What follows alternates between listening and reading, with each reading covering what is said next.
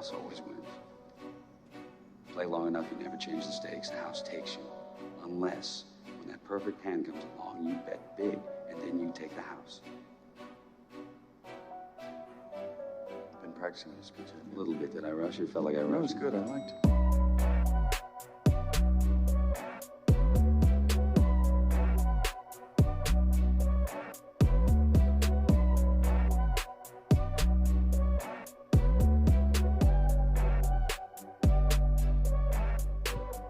What's up, everybody, and welcome back to the Big Easy Bets podcast. I'm your host, Logan. With me in the studio, Nick Von Brick. Yo. We've got Bam in the control booth. What up? Episode 253. This is our March Madness bracket breakdown. Ladies and gentlemen, we have made it. It has been a grind. Conference championship week was a grind, but now we have a new bracket, and it's time to figure out who is going to win the whole thing. We think we know.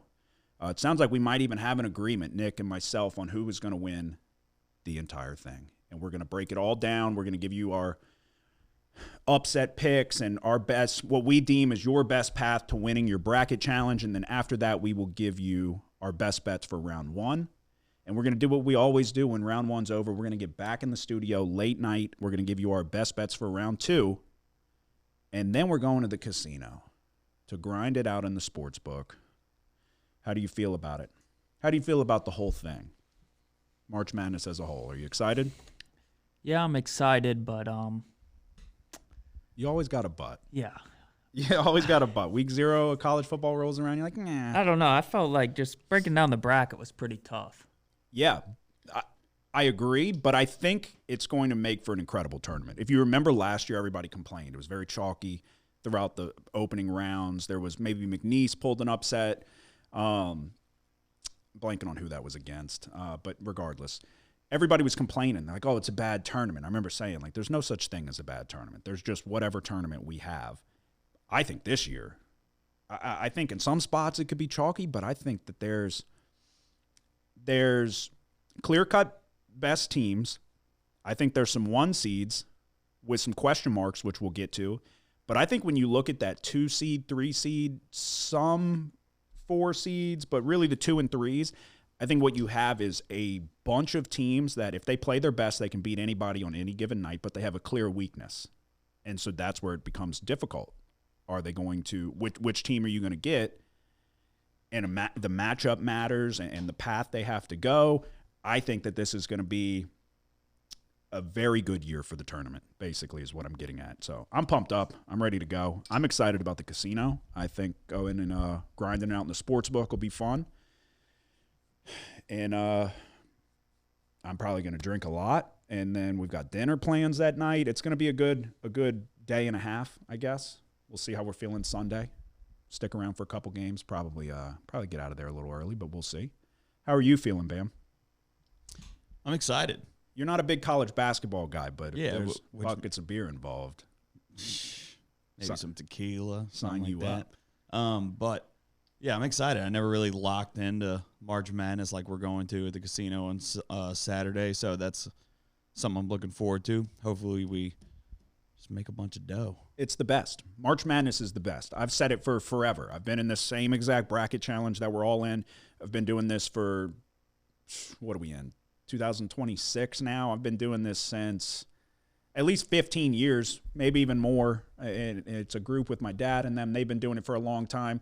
You know what threw me for a loop was when they were talking about, I think it was Mike Francesca. This is a segue. It has nothing to do with what we're really talking about, but he was mentioning Zuby Ejiofor, who was at Kansas before he went to St. John's.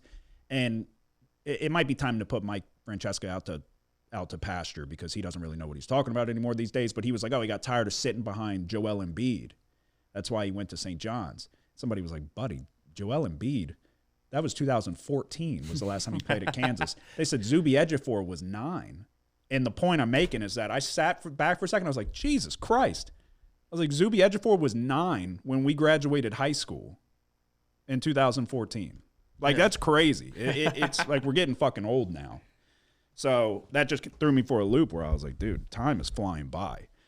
But, yeah, I'm feeling good. If you're an audio listener, Spotify, Apple Podcasts only, then welcome back. We haven't posted a full podcast in a minute. We've been doing primarily YouTube, shorter videos, giving out our plays of the day. I'm 39-28 on the season. It was a more conservative approach this year. Normally we have about 30 more plays than what we did this year. But 58% against the spread. I'm feeling good. We hit Arkansas plus 600 to win the SEC tournament. So we've got some money in our pocket. We've got live bullets going into this tournament, and we are going to empty the clip if the opportunity presents itself. How do you think it's going to go at the old sports book? Because last time we did this, we got aggressively kicked out, thanks to Joseph. Yeah. I don't know. So the last few times we've gone for a couple NFL games and stuff like that, I think it's obviously you and I are committed to wagering on sports, right? Yep. And everyone else wants to play the rigged games a chance. Yeah. But it's hard. I think if people just convince themselves, like a lot of people will bring in, $500 at casino and they're willing to lose that. But if they put it on the games, I think they would have more fun than doing blackjack and shit like that. Yeah. Yeah, than having to split aces and getting 13s. Yeah, you could also that's what people don't understand is like you're playing a game with a set house edge, whereas you can find a bet that the number's wrong, and you can find a much higher probability of winning on a bet, and you get to watch the game and have a better chance of making money. Are you cold? It's kind of cold. Is it just me? You got a damn hood on. You got a parka on. You got a hoodie on too. Throw that heat on. See, that's why I threw this thing on. All right. Well, somebody speak up. What did we put that in there for? But yeah, last time we went to the sports book, we got kicked out. We'll never know what they said to Joseph, but they said something to him that crossed the line.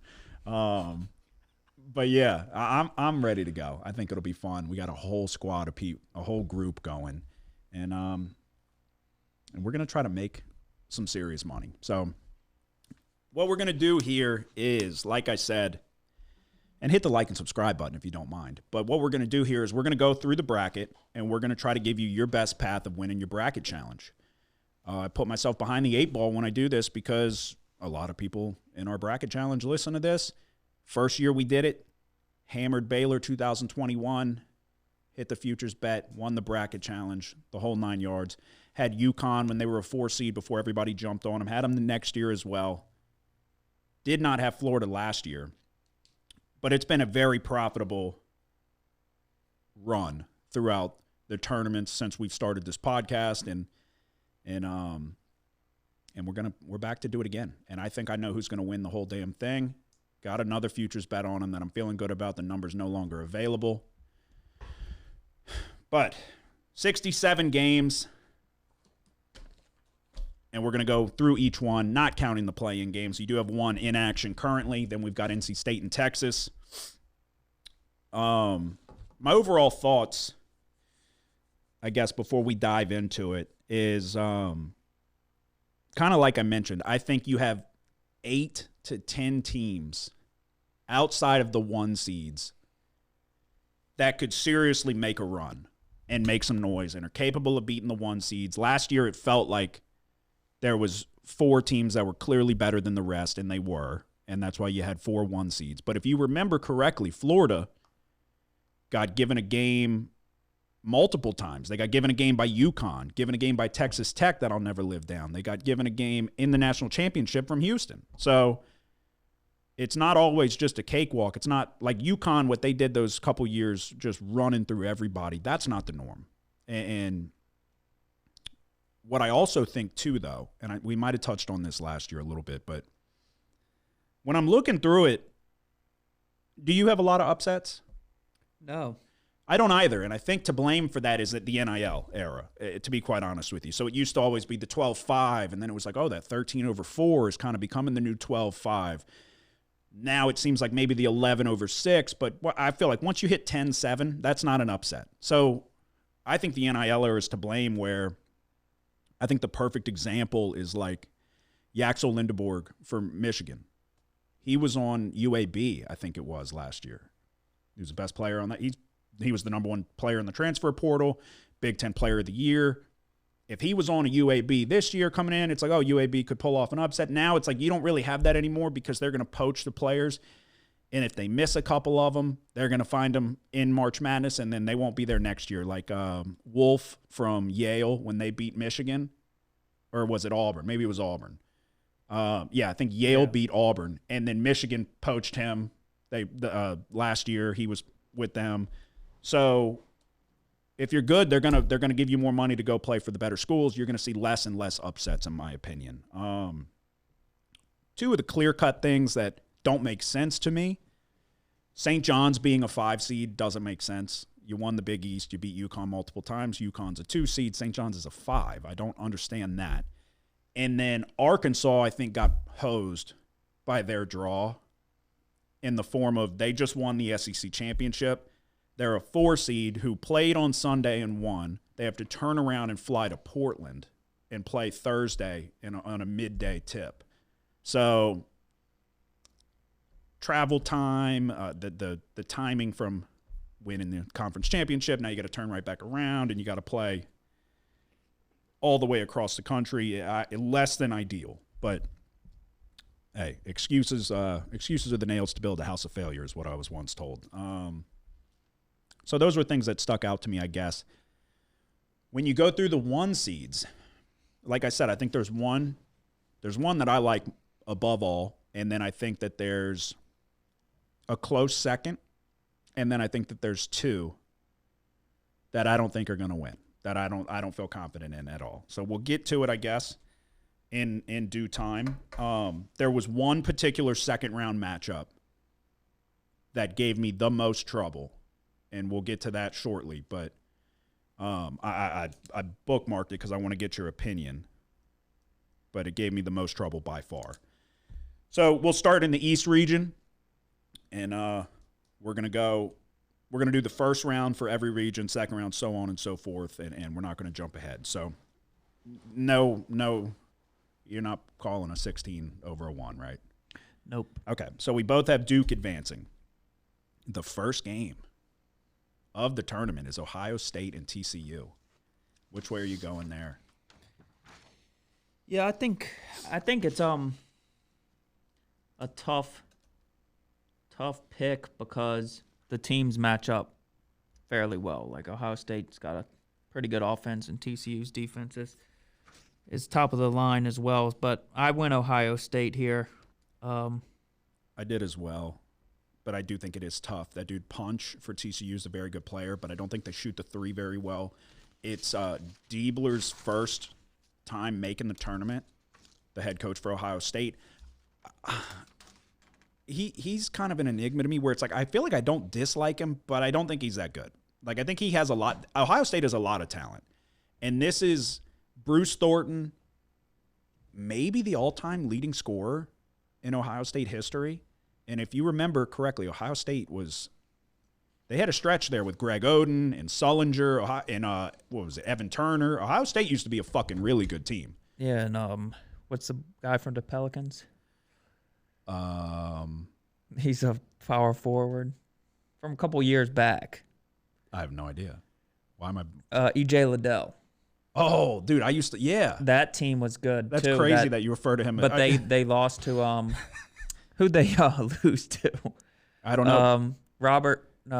Oral Roberts. That's right. With the A. Smith O'Banner. Yeah, went to Texas Tech. Yeah, they dude, yeah, E.J. Liddell was a damn good player. Yeah, so Ohio State's a really good program is the point I'm making. So Bruce Thornton, this is his first time, his first taste of getting into the tournament, if I'm accurate there.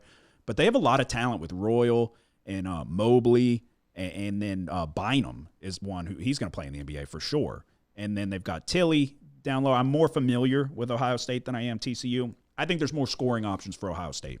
It's not one that I love.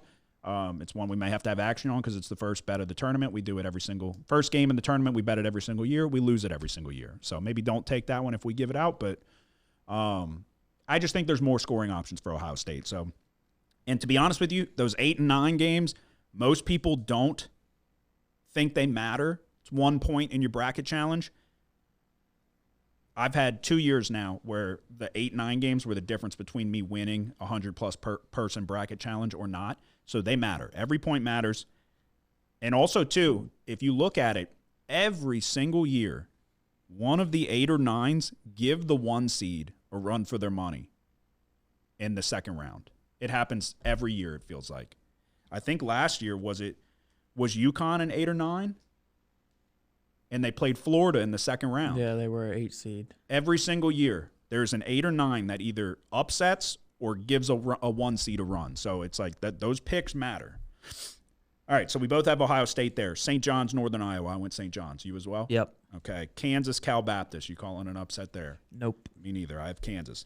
This is an interesting one. 11/6, Louisville, South Florida. Popular upset pick is South Florida. Are you taking them? No, I'm not. I'm not either. I'm going Louisville. Michael Brown is supposed to be back. Superstar freshman guard. One of the better players in the country. He had been out through the ACC tournament. Louisville, if you're a Ken Pom supporter, I am.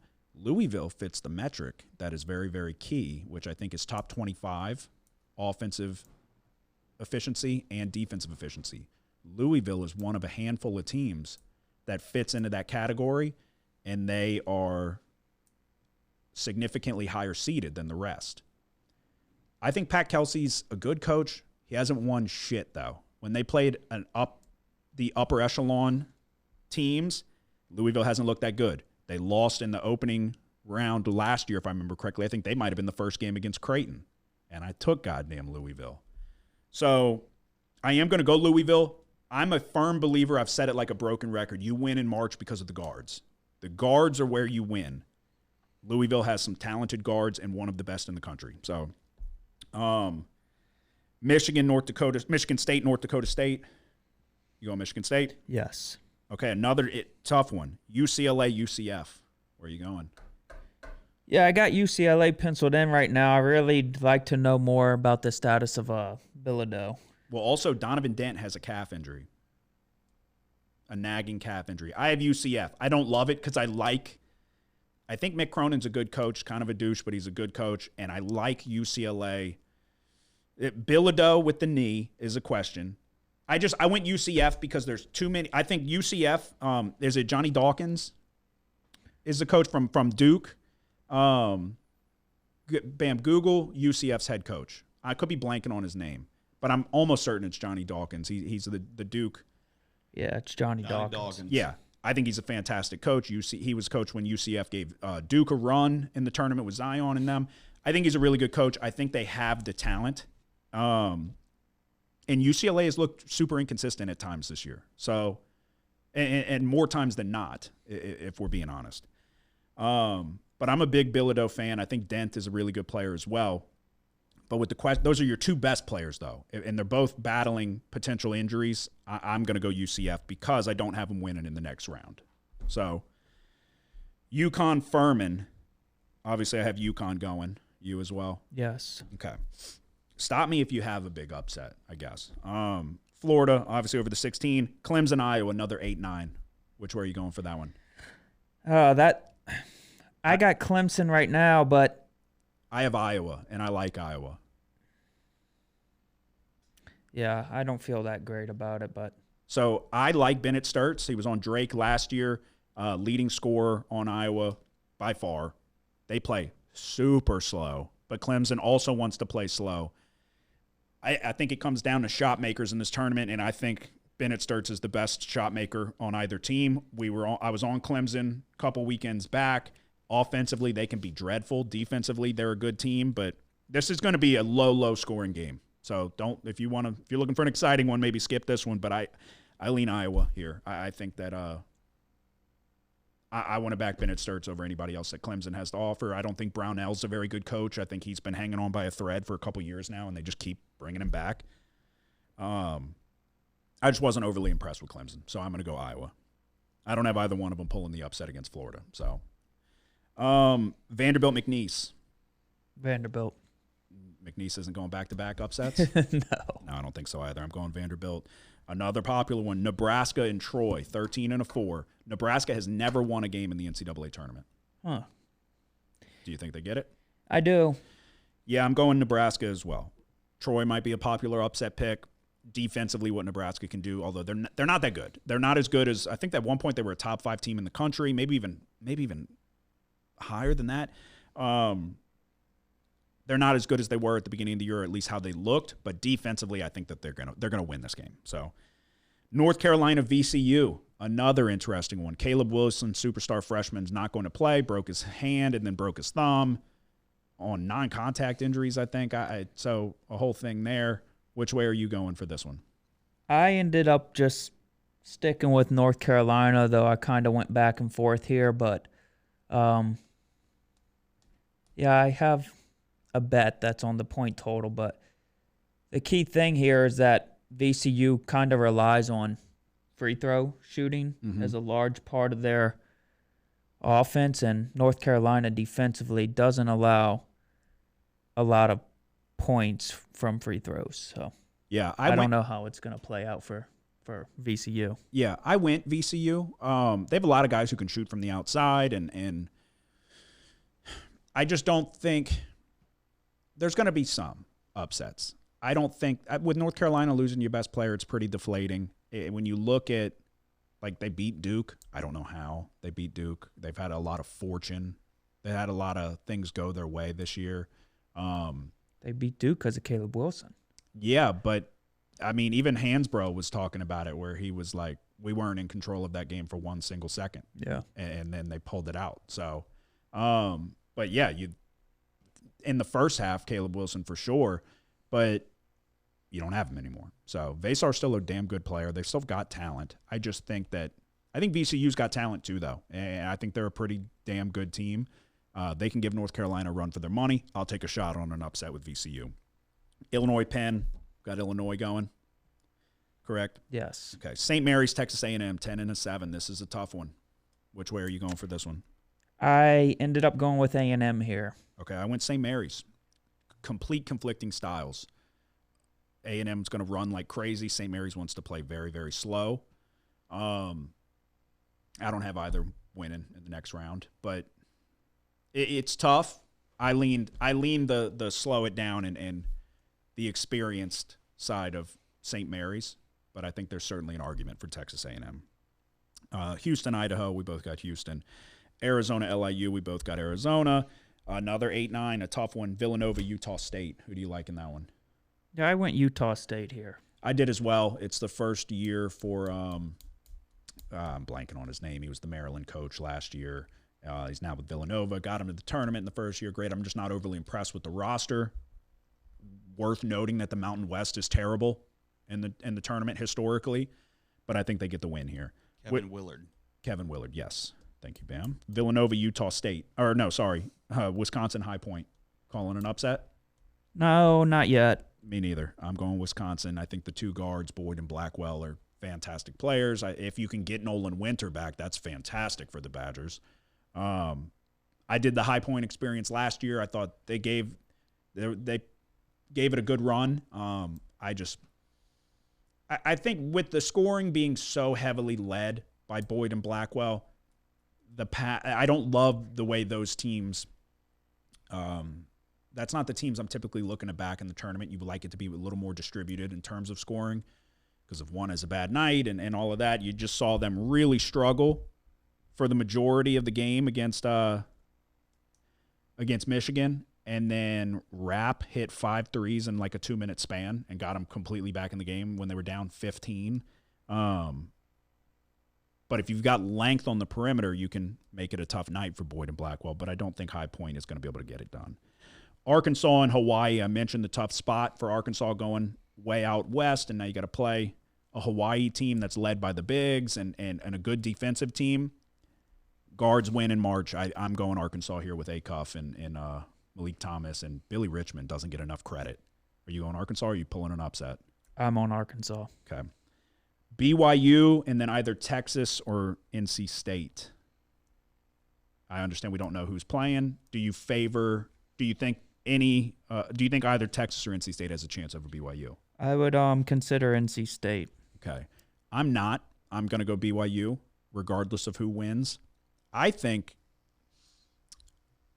I watched my fair share of college basketball. I was listening to somebody trying to tell me that BYU is not the same team they were at the beginning of the year because of Richie Saunders' injury. And sure, Richie Saunders tore his ACL. He averaged 18 points a game. BYU's playing damn good basketball since It took them a couple games to adjust, but when they played Texas Tech, which we were on the right side of, since then they've played damn good basketball, and Houston smothered them there down the stretch. But A.J. DeBance is a fucking problem, and I think Rob Wright's a really good player. I think when you look at NC State, I was on them a few times throughout the ACC tournament. Defensively, they're not very good. They can shoot from the outside. BYU doesn't guard the perimeter in the first half. They make adjustments in the second half, it appears. But NC State doesn't have overwhelming size. So you've got Lubin down low, and we're assuming if they beat Texas, which we've got money on NC State. We're hoping they beat Texas. I think that Keita can match up with Lubin and at least bother him a little bit. But yeah, I like this BYU team, to be quite honest with you. I'll be honest. I took them, what was it, fucking 5,000 to 1. Just to win a couple games. You never know where we end up. But in all seriousness, I think DeBance is a really, really good player. His ability to get to his spot, his footwork, his ability to attack the rim. They're going to have a chance with a lot of either one of these two teams. Gonzaga, Kennesaw State, 14-3. You going Zags? Yes. Okay, me as well. Miami, Mizzou.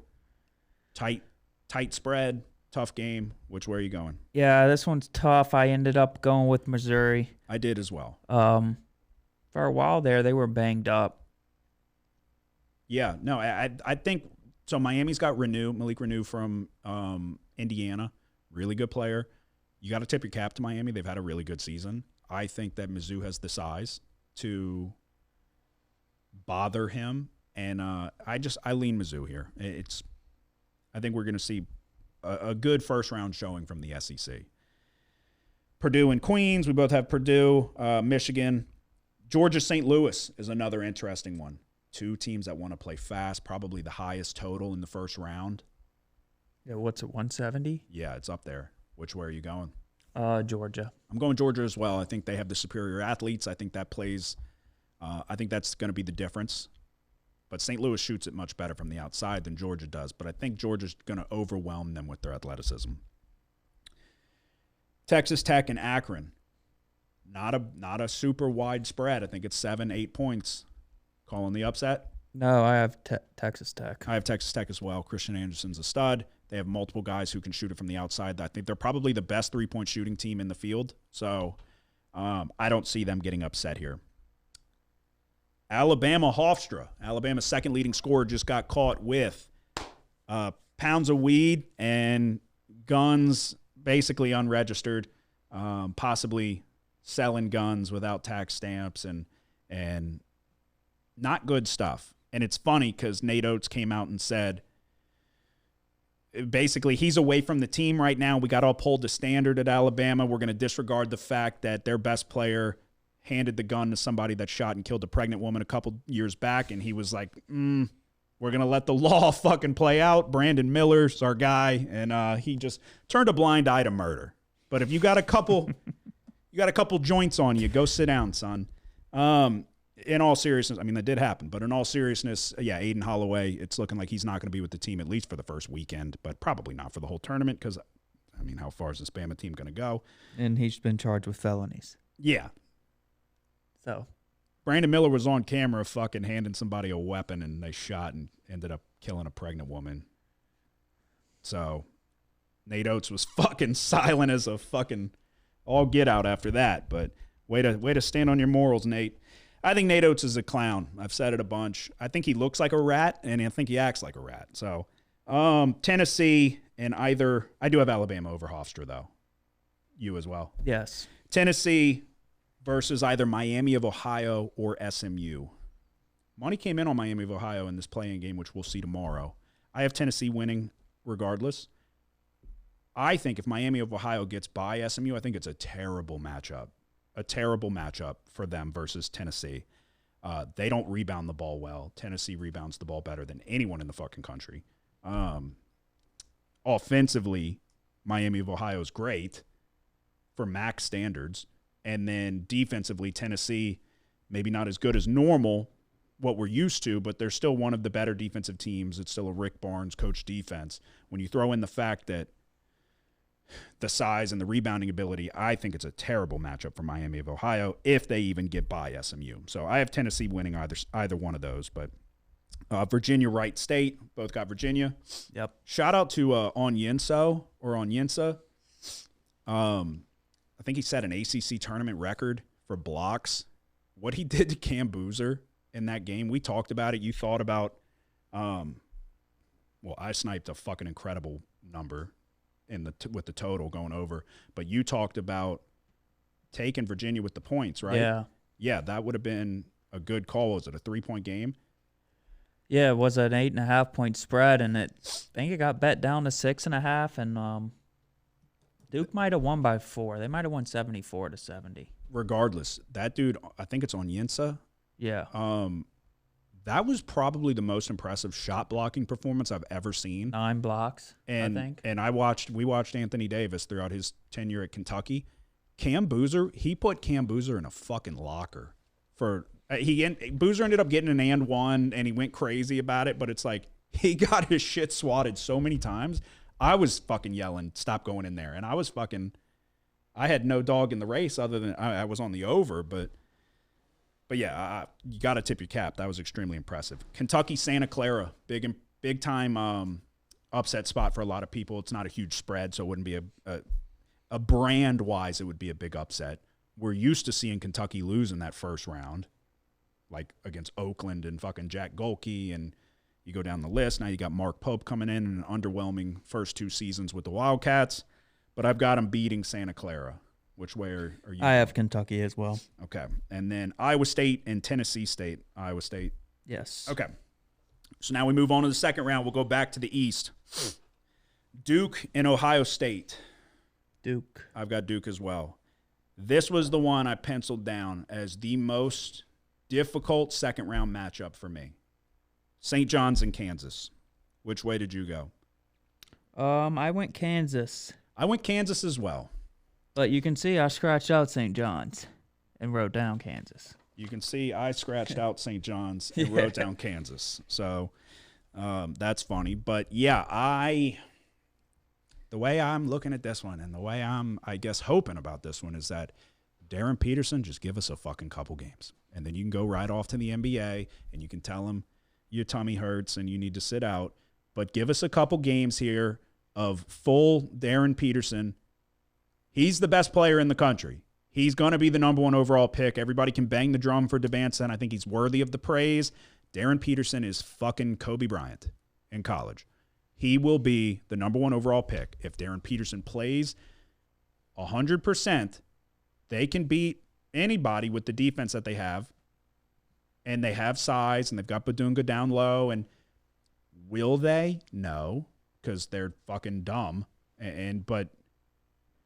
But I think that they're going to beat St. John's. I think it's going to be 2 really good defenses, and it's going to come down to somebody's got to hit shots, and Darren Peterson's a guy who can get to his spot, and you can't guard him one-on-one. There is a scenario here. It was a tough matchup.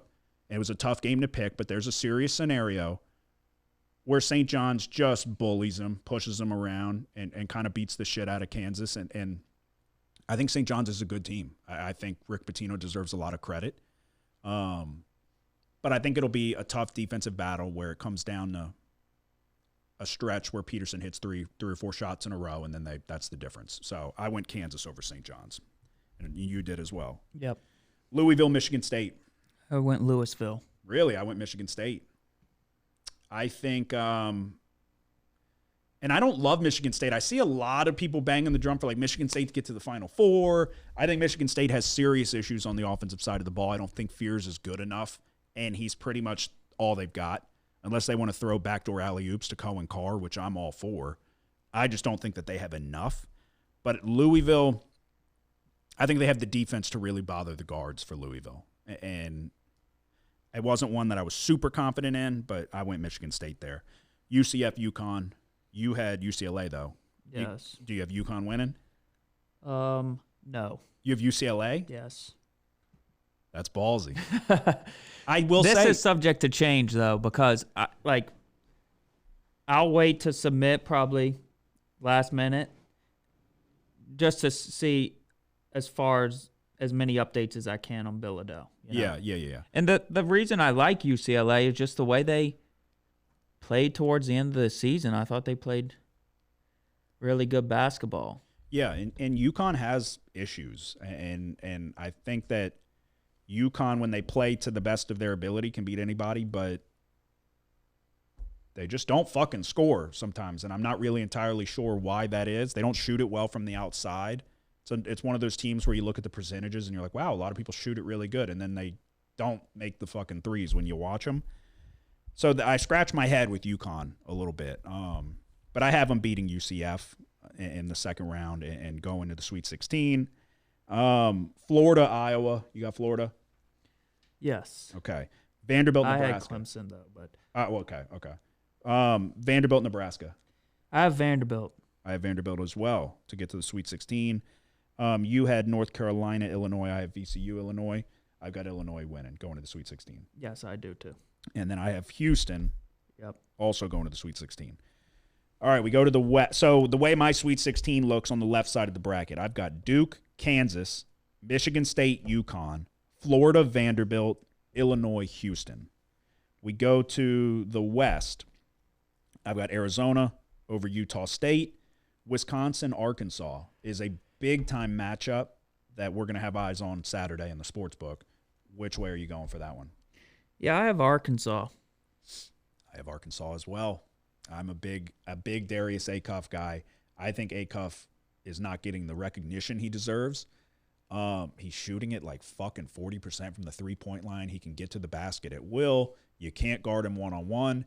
Arkansas won me a plus 600 SEC championship ticket, so I'm pretty much indebted to Arkansas at least to get to the Sweet 16 here. But really, you can bother Arkansas if you have a lot of size down low. Wisconsin has size, but not like dominant bigs, and the scoring is all led from the two guard positions. So if we're going guard for guard, I'm taking Darius Acuff and Malik Thomas over Boyd and Blackwell. I think Boyd and Blackwell are very good, but I think Acuff and Malik Thomas are better. And then Billy Richmond does not get the credit. That dude is a fucking stud. He does everything you need to win. He'll throw up a couple questionable dog shit mid-range jumpers, but you got to live with it. And then you throw in Brazil and I think Ewan is a quality big for Arkansas. I think Pringle is the worst big in the fucking power conference of any other team. I think matchup-wise, Arkansas will get by Wisconsin. I have Gonzaga beating BYU to get to the Sweet 16. Historically, Gonzaga gets to the second weekend every year. I was very close. Actually scratched it out. I had BYU beating Gonzaga. So I ended up going Gonzaga because of the interior. BYU lacks size in the interior. Graham Ike is one of the better bigs in the country. I think the matchup is not the best. I think Tyon Foster Grant is very good defensively. You got to live with the wackiness on offense, but I think they could put him on Debanza. I think Gonzaga defensively, I pulled an audible there, but I was very close. Like I said, I like BYU. I like Debanza, but I ended up going with the Zags. You as well? Yeah, I had NC State in that spot, but yeah, I have Gonzaga winning. Okay, and then you have Purdue getting to the Sweet 16? Yes. Okay. Yeah, I think Missouri defensively, I don't know. I'd be surprised. Purdue offensively, number 1 rated team right now, so I don't know if they'll have enough perimeter presence there to really be able to stop Purdue enough. Okay. I've got Michigan over Georgia going to the Sweet 16. You as well? Yep. And then I've got Alabama over Texas Tech, believe it or not. Yeah, I do too. Wow. Okay. And this was the other one in the second round that I was kind of, because I don't like both. I don't, obviously with Toppin going down and then, one of Alabama's best players a felon now, so. Yeah. They have a luxury at the guard position, though. They have so many guards. Yeah. And he was an undersized, he's a good player, but he's not like a Phylon is way more important than Aiden Holloway. LeBaron Phylon, one-on-one, is a top 5 player in this country. And I've probably got like 8 guys that I keep calling them top 5. So, but LeBaron Phylon seriously is an incredible player. I think that Aiden Sherrill can stretch the court, and you've got some size with him at least. I don't like Nate Oates. I don't like Alabama, but I'll always remember Texas Tech from last year, but I lean Bama in that spot. So, that'll be a crazy game if we get to see it though, because Texas Tech has a shitload of guys who can shoot the ball as well. I've got Virginia beating Tennessee to get to the Sweet 16. Yeah, I do too, but this is one I have circled where I wouldn't necessarily be surprised if this ugly Tennessee team can win a couple games here. I don't trust Rick Barnes in March. Never have, never will. Actually, I have. I was a firm believer in Dalton Connect. I got a Dalton Connect jersey in my fucking closet. That was a waste of money. I've got Iowa State beating Kentucky to get to the Sweet 16. Yep. All righty. We go to the Elite Eight, and this is where it's going to get a little interesting because I've got the Kansas Jayhawks beating Duke. Yeah, I do too. What? Do you actually? Yes. Okay. Well, we didn't talk about this, but and let's break down why.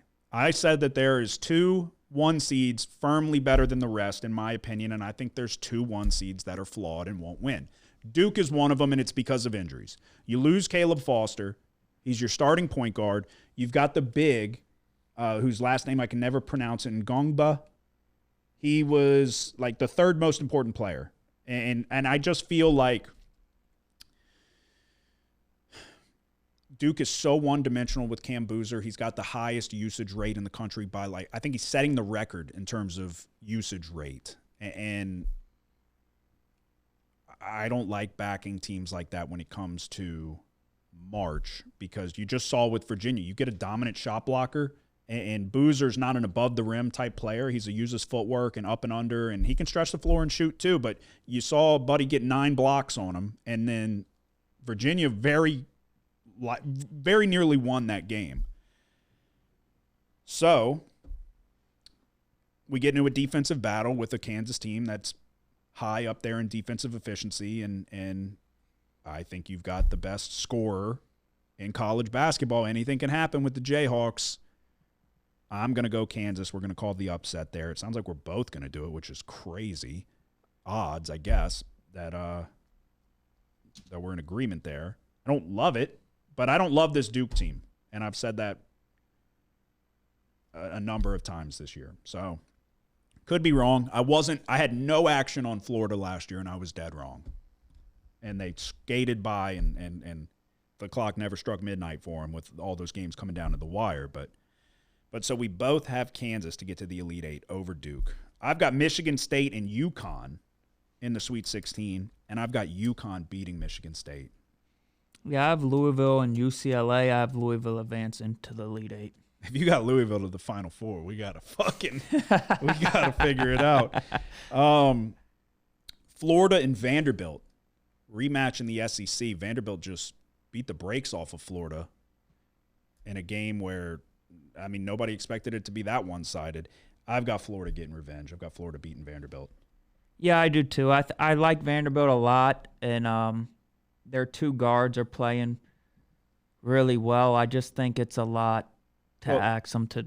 Well, their 2 guards are good. Tyler Tanner played like dog shit. If you take that one off, yes, he's a damn good player, but he struggled against Arkansas so bad that it was literally the difference. If he was on, Vanderbilt's winning that game for sure. I don't think he'll do that again. And Duke Miles didn't play great either, but before that game, they were playing well together. Yeah, no, I think they're one of the better backcourts in the country for sure. They're just small, and it's like it's kind of one of the things that I was thinking about them going against Arkansas. Arkansas's guards are big. Yeah. And you can be scrappy defensively, but no, Tanner can be a liability on defense. Right. Duke Miles he's much better guarding on ball and getting steals but there was they couldn't guard Darius Acuff. So we both have Florida over Vanderbilt to get to the Elite Eight. I have Illinois versus Houston. You as well? Yep. Who do you have winning? I have Houston. I have Illinois winning. I have pledged my allegiance to Illinois a number of times this year. And it's no secret how much I love Houston. And So why do you like Houston over Illinois? Because I think if we can get to this game, this will be a fucking incredible game and a really intriguing matchup. Yeah, I do too. I mean, I think this game will be an extremely close spread, right? More than likely. And the big question for Houston, right, is if they're going to be able to put it together offensively. And it's like one game, Kingston Flemings will play really well. And then in the Big 12 championship game, he doesn't play well at all. And all of a sudden, JoJo Tugler's a big part of the offense now. I know. They're feeding him. It's like post moves. How many? He scored 20 points or something like that, a season high. If he could do that, they can beat anybody. He's just not consistent enough. And I love JoJo Tugler. And then they got that whose son is it? Masterpiece son? Yeah. What do you mean whose son is it? He was involved. Mercy he got Miller. involved a lot in the Big 12 championship game, and it was just the other guys didn't contribute enough for them to win there down the stretch. That's little Romeo's brother. The thing is, just Illinois defensively has some concerns for me. It's a game that could go either way. I have it circled where I'll probably, in some of my other brackets, pick it different. So I think that Illinois' offense is so good that it's going to we're basketball is an offensive-driven sport in this day and age, and I think that the lack of consistency and the poor shooting from Houston is it's just a flawed Houston team, and I didn't want to believe it for the longest time. I bet Houston to win the national championship the day it became available after what happened in Florida last year in the national championship. Kelvin Sampson is typically a guy who builds the program up and he doesn't typically have what he has this year, which is a lot of five-star freshmen that you're relying on and a lot of youth. And if they play to their ability, they can beat anybody in the country. This is another one of those 2 seeds that, like Houston, they're just not as ferocious as they normally are defensively, and especially on the offensive glass. And they're not shooting it well enough to make up for the fact that they're not getting the offensive rebounds. They're normally number 1 every single year in offensive rebounding.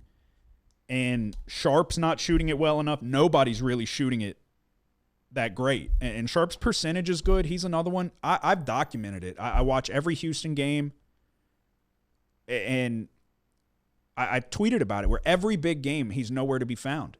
So if Emmanuel Sharp finds a shot in the tournament and he starts knocking down threes, they're going to be able to beat anybody. But they're just not as good as before. They've been a 1 seed the last 2 tournaments. They were in the national championship last year. Kelvin Sampson's the best coach in the country. But defensively, they're not as good as they usually are, and they don't rebound the ball as well. So Tugler has a difficulty staying out of foul trouble. It's just too many flaws. And for a team that's not doing what they do best, they're not doing it as well as they normally do. So that's why I think with the scoring options that Illinois has and the size they have down low with the Avicic brothers and you got guys coming off the bench named fucking Humrickhouse who are shooting threes that they've got. It's a European team from top to bottom, basically, and then they sprinkled in a 5-star freshman with Keaton Wagler, who's incredible. So, yeah, I will say this about Houston and the Big 12 championship game against Arizona. They were down big somewhat late in the game, and they made an incredible run where they were playing old school Houston basketball, and Arizona had 2 shots that were pretty much prayers that banked in off the backboard. One was a 3 and one was a 2. It's like if those shots don't fall and Houston rebounds the ball, all of a sudden we're at the end of the game in a really close game with probably a final possession to decide it. Yeah, that's the thing. Houston is never going to stop playing hard.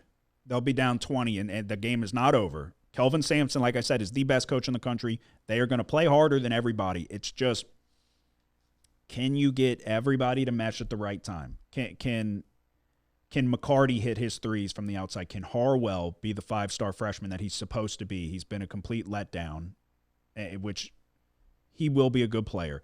If Sharp can find his shot, there's just so many guys that are not playing to their potential. But if they do, nobody's going to want to see Houston. Nobody's going to want to see them no matter what with the style that they play. So, but I've got Illinois. I've got Illinois edging them out. I think the offense is fucking great. And I think the problem with Illinois, I've said it like a broken record, is their perimeter defense. I don't think Houston's shooting it well enough. I think Illinois has the size down low to bother the bigs and Sinak. And so matchup-wise, like I said, though, if Houston's hitting from the outside, they're going to be able to beat anybody. So that's what it comes down to. So I've got Illinois going to the Elite Eight. We go to the West region. I've got Arizona over Arkansas, and then I've got Purdue over Gonzaga. So I have Arizona over Arkansas, but I have Gonzaga Going to the Elite Eight. beating Purdue. So the reason I have Purdue over Gonzaga is I think Purdue has the size with Clough, and then they got the 7'4" dude who's way smaller than EK. Like he's thin. But I think they have enough size to bother EK. I think this Gonzaga team, I wanted them to be better than they are. They looked like they hit their peak earlier in the year. Purdue just beat Michigan. Not that big of a deal, I guess. I don't know how much Michigan gave a fuck about that Big Ten championship, to be honest with you. But Purdue is one of those teams, came in as the number 1 overall team, the betting favorite. Looked subpar in a number of different spots, but they beat up on the teams that are there's an upper tier of teams that they struggle with, although they did beat Michigan. When they play the teams closer to their level or even a little bit below, they beat up on them. I leaned Purdue over Gonzaga here, but the big question with Gonzaga is Huff. Is he healthy or not? By this game, I would imagine he will be back if he comes back. I think if they play him in the first round, they're rushing him back, and then I think he will play at some point in this tournament. So that'd be he's their best player outside of EK, and I would argue Huff is better. So that would be a huge person to get back. But I have Purdue over them to get to the Elite Eight. I've got Michigan over Alabama, and then I've got Iowa State over Virginia. So I have Michigan over Alabama, but I have Virginia beating Ohio State. Okay. I mean, Iowa State. Yeah. Yeah, a very similar styles of teams there. So I can see an argument for Virginia. But so my Elite Eight is Kansas versus UConn, Florida versus Illinois, Arizona versus Purdue, and Michigan versus Iowa State. So now, who do you have going to the Final Four for the East region?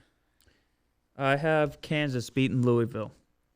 Kansas. So you got Kansas to the Final Four. So, yeah, you're really fucking hoping Peterson wants to play. I've got UConn going to the Final Four over Kansas. And then in the South region, I've got Illinois going to the Final Four over Florida. All right, I have Houston. Going back to the Final Four. You know, if Houston gets there against Florida in the Elite Eight, that game's in Houston. I'd be down to make a quick little drive on over there and go see that, because that would be an incredible game. Yeah. So I've got UConn representing the East in the Final Four. I've got Illinois representing the South in the Final Four. I've got Arizona representing the West in the Final Four. You as well? Yep. And then I've got Michigan representing the Midwest. Yep, me too. Okay. So, UConn versus Illinois. I have the Illini going to the national championship game. Best offense in the country, if you ask me. Who do you have going? I have Houston beating Kansas. You got Houston back in the national championship. Back to back. I've got Arizona going to the national championship game over Michigan. I think Michigan's the clear-cut second-best team out of all the 1 seeds. But I've got Arizona beating them out. Yeah, me too. Okay, so you've got Arizona versus Houston. I've got Arizona versus Illinois. Me and Bam were in here shooting pool for a while before. He's like, who are you taking to win? I said, I can't tell you. I said, you'll find out. But if you would have used your eyes, Bam.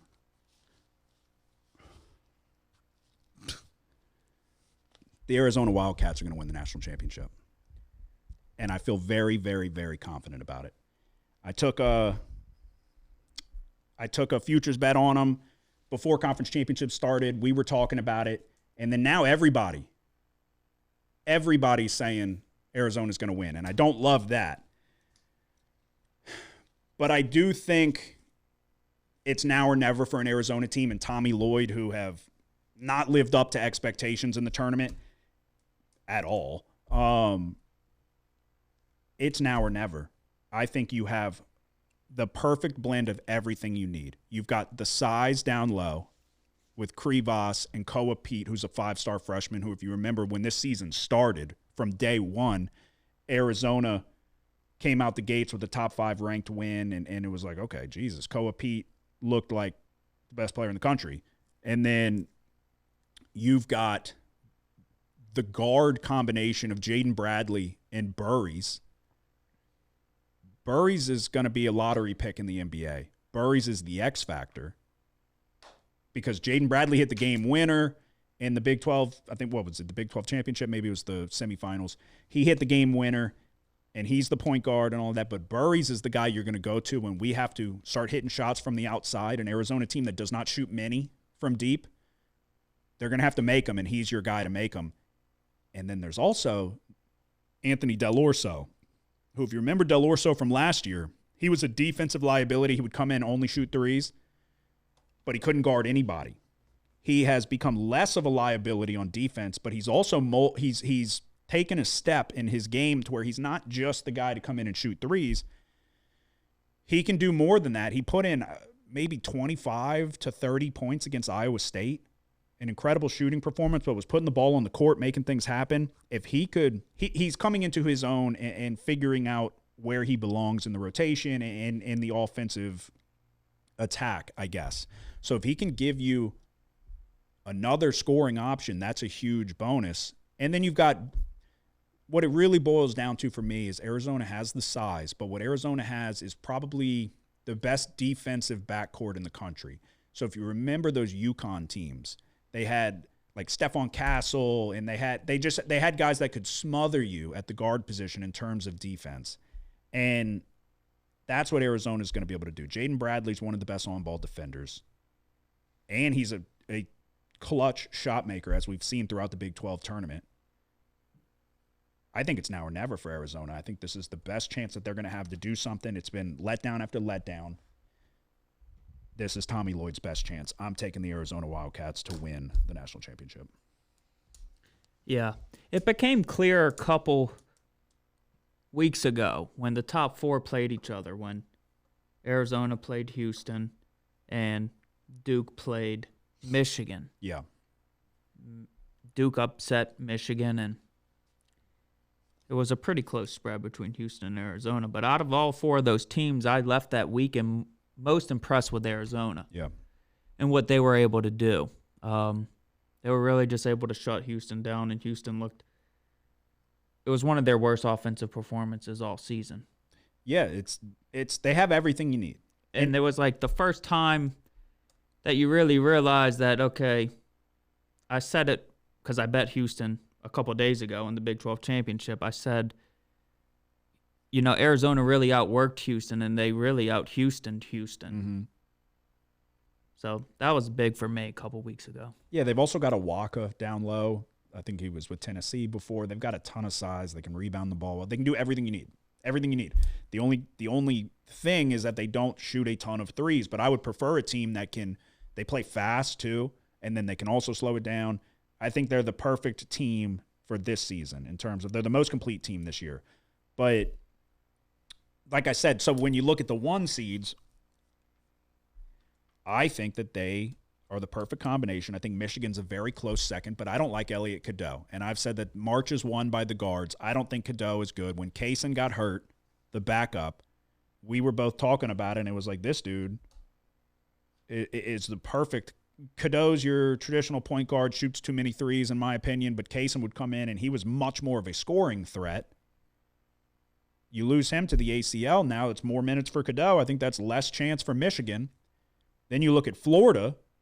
Their biggest glaring weakness is the guard position with Xavier Lee, the Ivy League transfer, and Boogie Fland, Arkansas transfer. They haven't lived up to it. They started playing better down the stretch the last few weeks. But then you watch them against Vanderbilt. It's just, if you get a team with size that's willing to run like Arizona is, I think it's a bad matchup for a Florida team.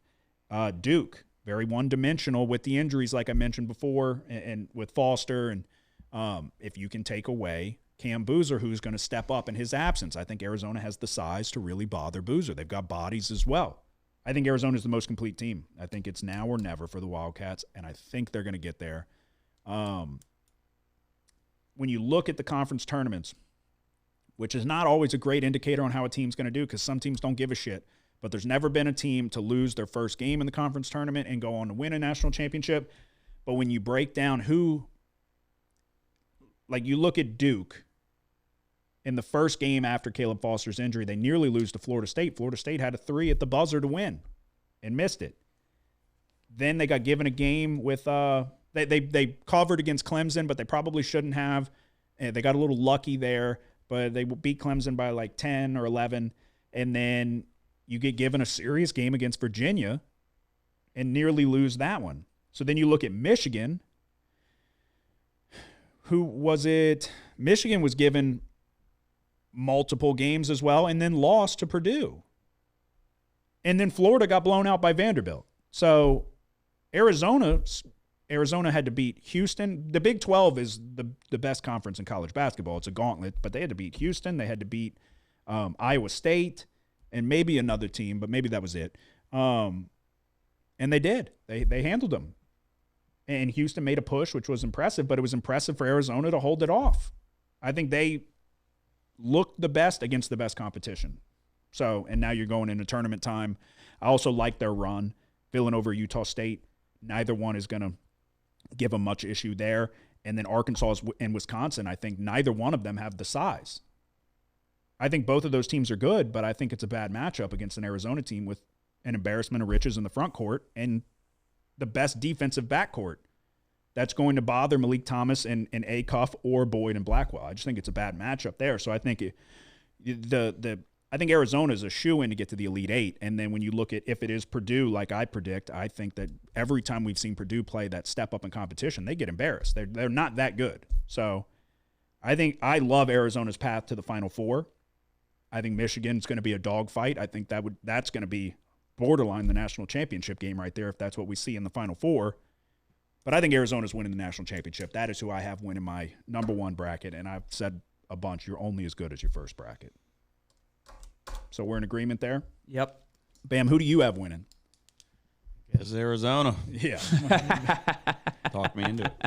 Bam, make your own picks. It sucks because, really down the stretch and in the conference tournament, Darius Acuff emerged as, the best offensive threat in the country. Oh, he's incredible. But he's been And that. it sucks so bad for Arkansas that the draw they got. Yeah. Having to go into this West quadrant.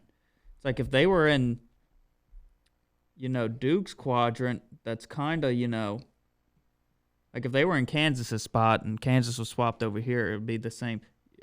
You could make a case that Arkansas could make the Final Four in a different quadrant. Yeah, or if they were in the South. And granted, that'd be too many SEC teams in my opinion because you'd have Vanderbilt and Florida right there. But, yeah, no, I think they got a very tough run. And it's unfortunate for them, but too bad, so sad, I guess. That's my best bet to winning your bracket challenge. A Final Four of UConn, Illinois, Arizona, Michigan, and a national championship game of Arizona over Illinois. Not many people are going to have that, in my opinion. And I think Arizona wins. And we're in agreement there. So, all right, that is our best bracket breakdown, I guess best path to win your bracket challenge. Now we will get to our best bets for the first round of the tournament. Are we betting the first game? I mean, we kind of have to. Actually, yeah, no, I actually have a bet that's on the side. I got to see if it's still available. Are you going to have action on the first game? You have to. Yeah, probably against better judgment. Yeah, we do it every year. But, going the same way as we went in the bracket. Gonna take Ohio State. Bam just laughed. Yeah, I just question if TCU defensively strong, right? Yeah. I question offensively if they have enough to take advantage of some of Ohio State's weaknesses. And I just don't know. I just think it's, at the end of the day, it's going to be Ohio State making the crucial baskets. And TCU missing them. Yeah. So what I'm going with is the first half under 68.5. I think I went first half under. No, maybe not for the first game last year, but first half unders are a popular play. Obviously, TCU wants to play through punch down low. They don't shoot it well from the outside, 33.1% as a team. I think Ohio State has the better capabilities offensively, but I think TCU plays a good brand of defense. TCU has also knocked off a couple top-tier teams throughout this year, so don't sleep on them, I guess. But I think with the style of play, you've got Ohio State 251st in tempo. TCU's 160th, a little faster. But both teams, with TCU not shooting it well from the outside and wanting to play through punch down low, and then Ohio State playing a slower brand of basketball. It's the first game. We're going first half under 68.5, and hopefully we see some shooting woes on a neutral with an Ohio State team with their first time in the tournament and God knows how long, first time with Diebler as the coach. That's where I'm heading for my my first play. Then we look at, let's see, where else am I? I'll try to go in order, although I guess it doesn't really matter. I am. How many total do you have for the first round? 5 right now. Okay. I am going to go to McNeese and Vanderbilt. And I'm going to lay 11.5 points with Vanderbilt. McNeese has a very weak strength of schedule. They also shoot it poorly. I just don't think that they're overly impressive. You got the upset last year. I don't expect it to happen again this year. Like I mentioned, Tyler Tanner had a really rough game against Arkansas. I think he'll bounce back in a big way. I think the guard combination between him and Miles is going to be too much for McNeese. I just think Vanderbilt's a significantly better team. Only 2 quad 1 opponents all year for McNeese. They had a very weak strength of schedule. The majority of their teams were against quad 4 opponents. They're 2 quad 1 opponents. One was Michigan. That was ballsy. They lost by 41. And then the other one was Santa Clara. They lost by 12. I think Vanderbilt's better than Santa Clara. I just think the matchup is not great for really anybody with McNeese. I don't think McNeese is a good team. They're 339th in opponent offensive rebound percentage. A lot of second chance opportunities. I'm going Vanderbilt minus 11.5. Yeah, I'll tell that too. You love Vanderbilt. Yeah, I do. I like them.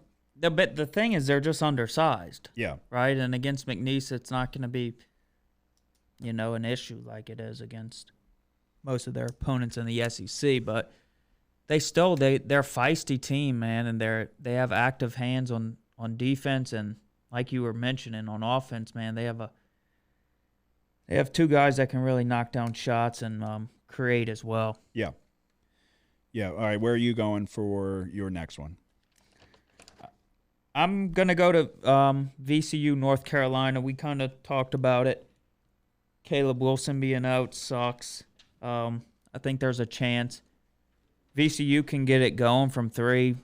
The perimeter for North Carolina, their defense isn't a strength of their team. But I do question, like I did in the bracket breakdown, VCU is somewhat relying on getting points at the free throw line, and North Carolina distribution of points from the foul line, it's not a large amount. So we're going to go under 153.5 here. Okay. I am going to go to Hawaii and Arkansas. As I mentioned throughout the bracket breakdown, was that Arkansas kind of got hosed with their draw, having to go out to Portland, short week after just playing in the SEC Championship. You got to go all the way to the West. And we're going to take Hawaii plus 15.5. Matchup-wise, Hawaii's led by the bigs down low. If you look at the lineup for Hawaii, it's not what you would expect. It's a lot of whites. A lot of big whites. I think the size could give Arkansas enough trouble to cover the number here. I'm not calling an upset. I think the guards for Arkansas will reign supreme and will get them the win. But I think Hawaii can stay inside a 15.5 point spread here.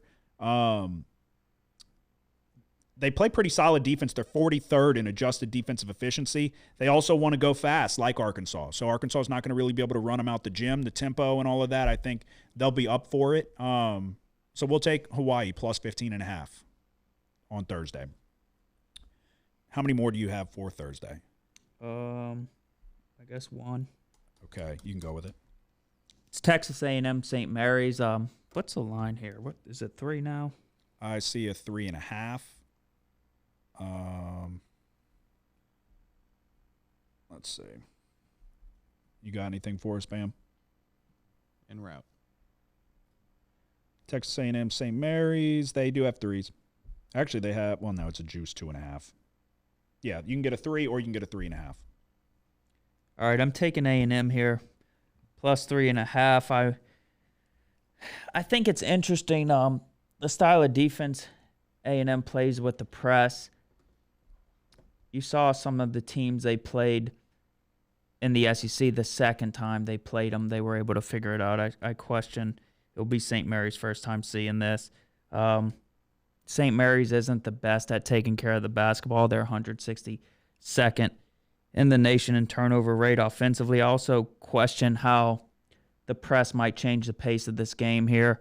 St. Mary's plays ultra slow, 324th in the nation in average possession length offensively. A&M likes to run. Obviously, the key and the biggest question here is if A&M can't make shots and force St. Mary's to inbound the ball, then, A&M can't press. So it's going to be dependent on A&M having some shots fall here, but we'll take A&M plus 3.5.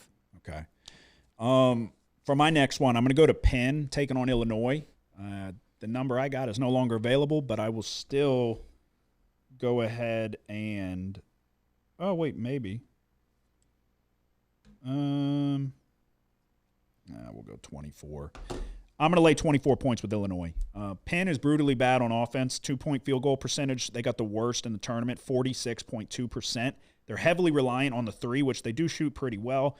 But I think against this, I've questioned Illinois' perimeter defense. I don't think it's going to be a problem against an Ivy League team. I think with Boswell, one of the better on-ball defenders, the length that Illinois has, I think, can be enough to bother Penn. Defensively, I don't think Penn stands much of a chance. I think there'll be a revolving door against an Illinois team that's the best offense in the country, in my opinion. I think Illinois will cover this number here. I think they'll score at will. I'll go Illinois minus 24. And then I'm trying to see, do I have anything else for Thursday? That may be it. You're done, correct? Yeah. Okay. I'm going to go to – bear with me. Did I pass up? Okay, yeah. Last game on Thursday, actually. You've got Idaho taking on Houston. Okay, money's come in. Also, number not available. We'll still take. We're going to go Houston minus 23.5. It's Idaho. What more do you need to fucking hear? I think Houston's brand, style of play, the athletes they have will be too much. I also think there's just certain teams that I want to back in the first round because I think that they're not going to take their foot off the gas no matter what. Houston's one of them. I think they're going to beat the shit out of Idaho. And I'll lay 23.5 points with the Cougars. Then we are going to go to Friday, I believe, is where we're at now. I'm going to go Texas Tech and Akron. I wanted to lay it with Tech. Money's coming in on them. What I'm going to do is we're going to go over 156. Akron has 5 guys who shoot 37% or better from the three-point line. They're also 32nd in tempo. Texas Tech has a lot of talented guards. I think there could be a bit of a mismatch for Lawan Watts if he could ever kind of assert himself. But you've got Petty, Christian Anderson, and then I'm blanking on the best shooter of the bunch for Texas Tech. He's like 3%. There's just too many guys that shoot the ball well from beyond the arc, and with Akron wanting to push pace of play, and they have a number of guys that can shoot it well also, I'm going to go over 156. And then we are looking at, I might only have one. No, actually, I've got a couple more. We're sending shots. If you remember last year, we went 7-3 in the first round. So it was a very profitable first round. We're going to have a couple more plays this year. I am blindly betting Florida on the number. We don't know who it is yet. It's either going to be Prairie View or Lehigh. Unless Lehigh has C.J. McCollum, I think they're going to get blown out of the fucking water. You've got Florida, who just got kind of embarrassed against Vanderbilt in a game that they were not supposed to lose. They lost it badly. I think we see Florida with the relentless pace and the bigs that they have is a mismatch against anybody. Prairie View or Lehigh, either one, whoever gets in, whoever wins the play-in, they're going to be the weakest rated team per Ken Pom in the field. So with a Florida team coming off of a loss, chip on their shoulder, if you want to call it that, I think Florida, I'll tweet it out because it's not available yet. Once we know who it is, I'll tweet out the number. But I'm laying with Florida at the opening number no matter what. Kansas taking on Cal Baptist. I'm going to get an updated number here. Bear with me. Everything's fucking moving, but whatever. We're going to take at a worse number. I'm going to go Kansas minus 14.5. Another team who just got embarrassed in the conference tournament. We're going to roll the dice that Darren Peterson wants to play basketball in March. I'd have to imagine he does. We're going to lay 14.5 points with Kansas here. It's one of those, I think they bounce back. I think the defense is really good. I think Cal Baptist isn't going to have much for them. It's a Kansas team that's looked very inconsistent at times, and it's a Kansas team that, if they all play to their best ability, they can beat anybody. So they've got the talent. They've got the defensive efficiency. I'm laying the points with Kansas in a hopeful bounce-back spot from an embarrassing loss. And then my last one is going to be Northern Iowa taking on St. John's. Basically, St. John's falls into that Houston category for me where I just don't think that they're going to take their foot off the gas. I think if they can beat you by 100, they'll do it. I think they're going to try to do it. I'm going to lay 10.5 points with the Johnnies in a matchup where they're 68th in tempo. Northern Iowa's 363rd. I just think St. John's will run them out of the building if they're capable of doing so. I think they will be. St. John's minus 10.5. And that is all I have for the first round. Bam, do you have a first-round bet that you want to give out? Sure.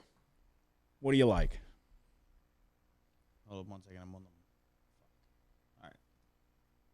I'm here. No pressure. What's your best bet for the first round? I'll bet it. We're going to go Utah State. Okay. Versus Nova. Okay. Minus 1.5. I don't hate that. I'll bet it. I don't hate it. I'm not going to add it officially, but I'll bet it. There you go. That is our best bets for the first round. To recap, I am going to go Hawaii plus 15.5. Florida minus whatever. I'll tweet out the number. Kansas minus 14.5. Illinois minus 24.5. St. John's minus 10.5. Houston minus 23.5. Texas Tech Akron over 156. TCU Ohio State in the first game of the tournament. First half under 68.5. And Vanderbilt minus 11.5. We're going Ohio State minus 2.5, Vanderbilt minus 11.5, VCU, UNC under 153.5, and Texas A&M plus 3.5. And bam, your one bet is going to be Utah State minus 1.5. Yes. Okay. There you go, everybody. That is episode 253. That is our March Madness bracket breakdown. I want to say thank you to everybody through football season that's followed, who's followed along on the YouTube page with our daily plays. March Madness is the absolute best. Enjoy it. It signals that we're almost into the off season, but we've got a lot of meaningful basketball ahead and a lot of money to be made. Episode 253 is in the books. Do you have anything to say before we go? Nope. Bam? Nope. Okay, you had to think about it. All right, hit that like and subscribe button if you don't mind, but good luck on your bets. We appreciate you watching. We will be back in studio Friday night after the completion of the first round to give you our best bets for the second round, and then we'll go get blacked out at the casino on Saturday and Sunday. Good luck. The house always wins. Play long enough, you never change the stakes. The house takes you. Unless, when that perfect hand comes along, you bet big, and then you take the house. I've been practicing this good. A little bit. Did I rush it? Felt like I rushed. No, it was good. I liked it.